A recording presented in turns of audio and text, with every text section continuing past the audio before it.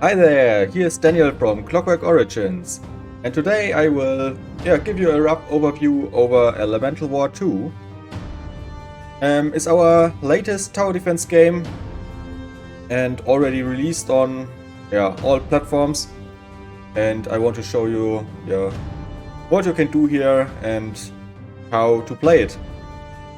So we have this start game menu. On start you can choose if you want to log into a Clockwork account.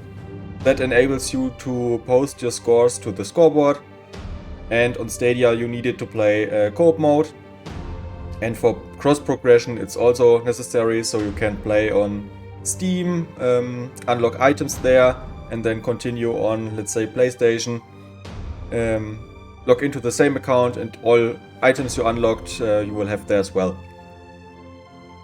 Well, here in the start game menu you see a list of maps. So we have 11 maps in the game at the moment. We might add more in a future update. You can step through them. At the beginning you only have the Kingdom of Abekir map available, and the others have to be unlocked. You unlock them by playing the previous map. So to unlock Red Canyon you have to play Kingdom. To unlock Ice Islands you have to play Red Canyon. As in Elemental War 1 we have different difficulties. So we have the easy, normal or medium, and master, the hard mode. And each map also has a high score, and you get a rank for that high score, and a bunch of medals. And those medals are unlocked depending on the score you get. Yeah, then let's have a look into the settings before we start with actual gameplay. So we have a bunch of languages supported, like 15 I think. You can change the UI scale. Actually I can put it back to big. Usually I play with big, but for screenshots I use the medium, so you'll see more of the actual gameplay. You can either always show the tower names or not. You can enable the tutorials or skip them. And the flag is kinda important. For co-op mode, to identify your own towers, you have a flag. You can customize it here.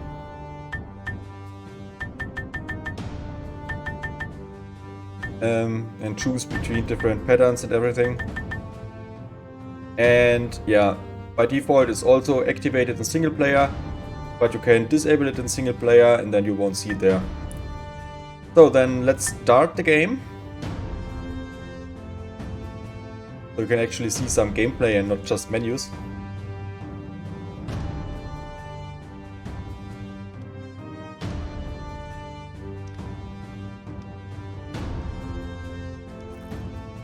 So here we are.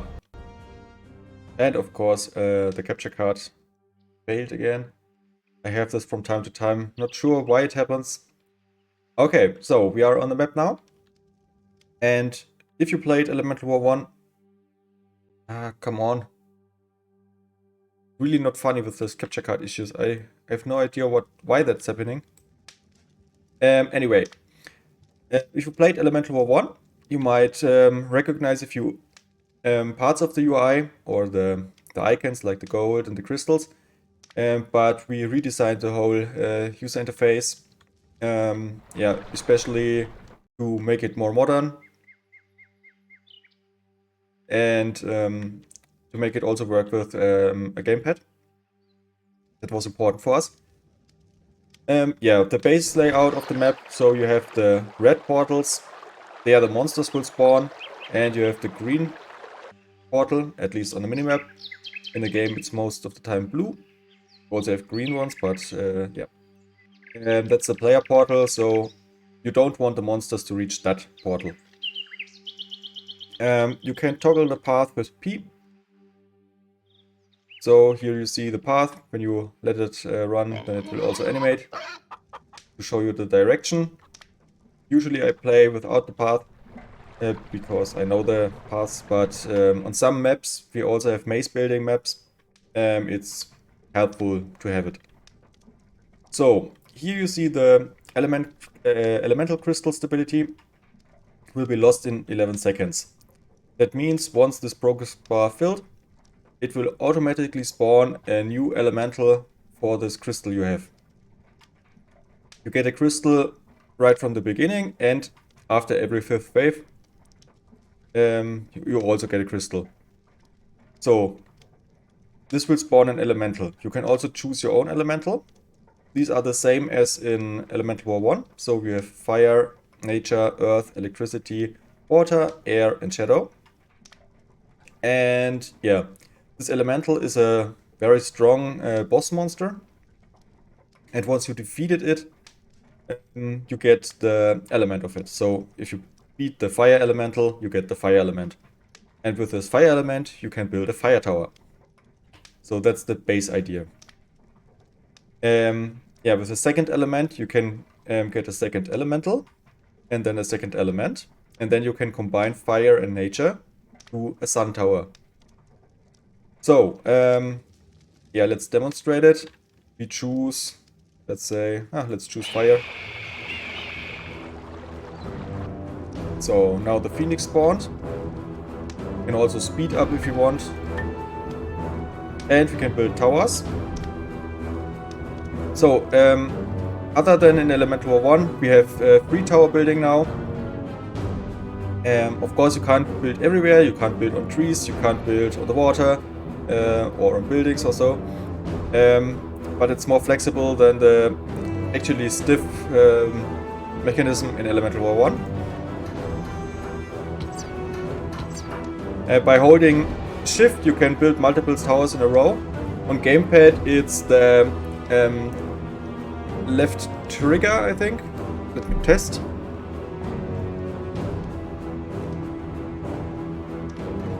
No.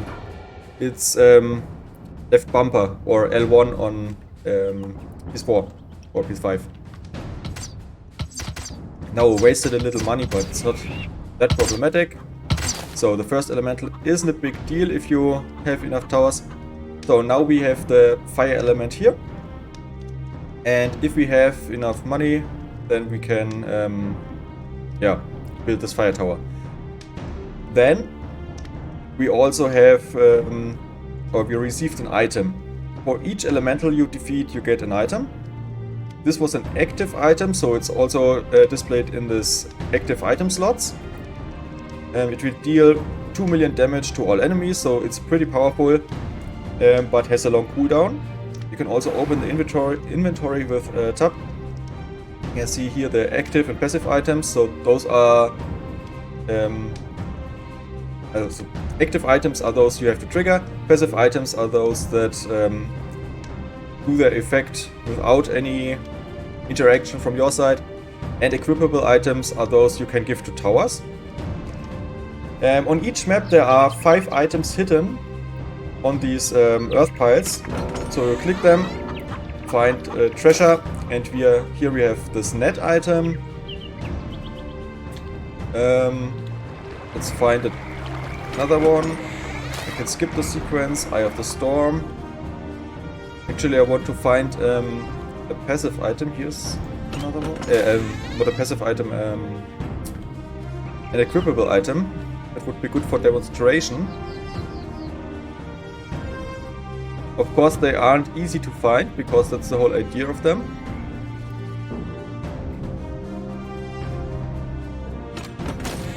Yeah. So now we have an equipable item. So important. When you don't have a tower hovered or selected, you can't equip an item, of course, because there's nothing to equip to. If you hover a tower, it will use the hovered tower. If you select a tower, it will use the selected one. If you have one selected and hover another one, it will use the hovered one. So now this tower got the item. You can also remove it again. Yeah, that's all for that. So I can show you, when you click the Reaper Skull, it will kill all monsters and has a 400-second cooldown. So it will take 400 seconds until I can use it again. The green circle is the radius of the tower. And also a new feature in Elemental War 2 that's used on a few maps are the buff zones. So this one is the nature buff zone. If you build any nature tower in its range, so in its green circle, let's make it like that. So like this ballista, then it will get a buff and deal more damage, have a bigger range and more attack speed. This only affects nature towers in a positive way, and yeah, elements that have a disadvantage against nature will get a debuff. So let's speed it up. I need a little more money.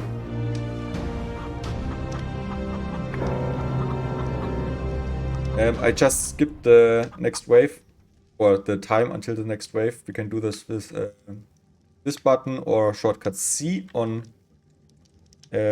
keyboard, or D-pad up on gamepad. Now we get the second element. Let's choose nature. So we can skip the sequence. And we can build an upgrade here. And I can build the fire 1 tower. So that should be easy to beat the nature. Yeah.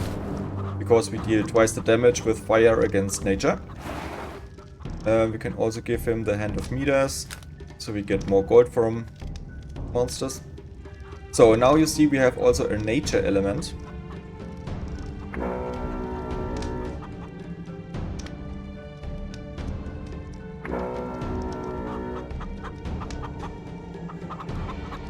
So yeah, nature, that's very good for me. Water isn't that good. We can also toggle the target mode. So by default, the tower will attack the monster that's closest to the tower. When I change it with U or I think Y on gamepad or triangle on PlayStation, then it will attack the monster closest to the end portal. Can be important to set this to the right mode.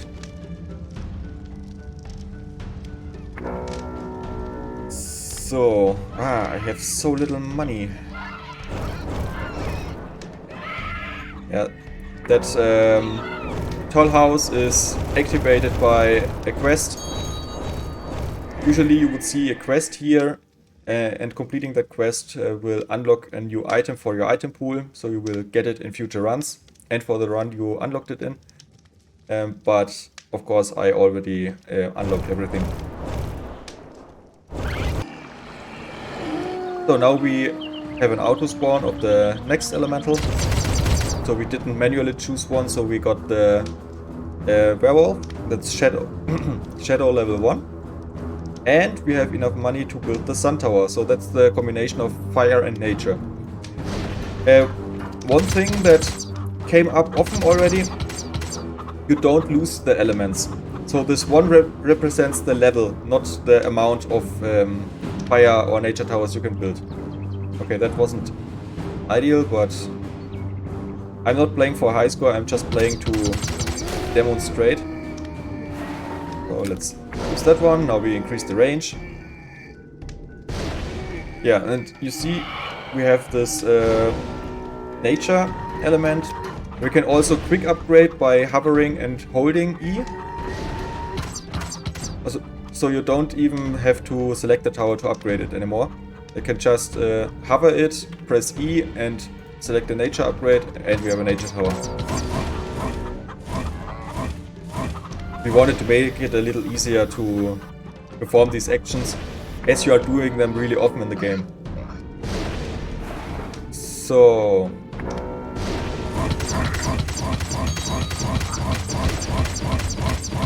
now we get the next element, another shadow.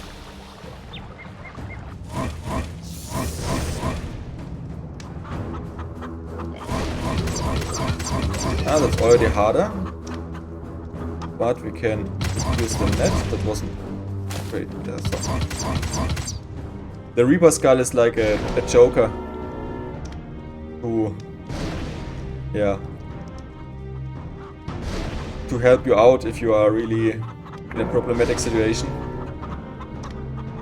And now we also have enough gold for the next upgrade.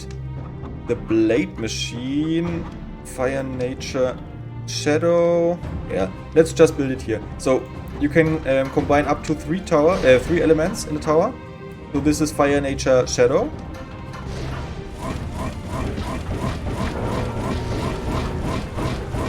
Yeah, and the towers all have some special ability. So like the blade machine has a 50% chance of inflicting up to 3 times damage and causes bleeding status. The sun tower deals area damage around it and has a chance to burn enemies, or has this eruption every few seconds that will cause burn status. So you can see they are bleeding, they have the meters status, so that's from this item. What's this? Ah yeah, that's not so important for me right now. And the nature too. And we lost another life. We also have some ambient animals here, just for decoration.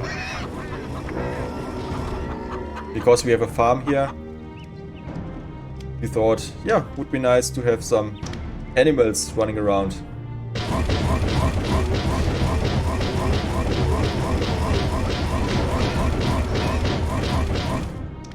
Yeah, that being said, actually that's everything for a short introduction. I can show you the flags. So here you see the flags, and if you don't like them in single player, you can just disable them, and they are gone. I wonder, does it work to change them on runtime? Ah, indeed. Wasn't sure. Yeah, if you want to see all towers available, we have the help menu. Here you can see all towers listed. There are a lot. We have 65 towers, I think. Yeah, and you can filter them here by type. That is the... Oh, did this flip again? That's actually not correct. So the... I have to look that up. Okay, C actually triggers the mix at the moment. So you can check, these are the 1 element towers. These are the 2 element towers, so nature, electricity for example is the exit tower. And these are the 3 element towers. And you can also filter by damage type. Normal damage means they usually attack 1 target. Except for the elf archer, who has 3 targets at once on level 1. On level 2 it's 5, and on level 3 7. Yeah, these are the area damage towers, so that those will deal damage to all enemies nearby. And these are splash, so they will also attack enemies around the target. And global means they attack all monsters on the map, like the bomb tower. Yeah, and I would say that's it. I uploaded already 6 episodes of full gameplay, but with German comment. If you want to see some gameplay or some real gameplay, so like playing a whole map with English comment, write it to the comments, then I will capture some or record something. Yeah, and then I hope you enjoy the game, and if you have questions, feel free to contact us. Yeah, bye bye.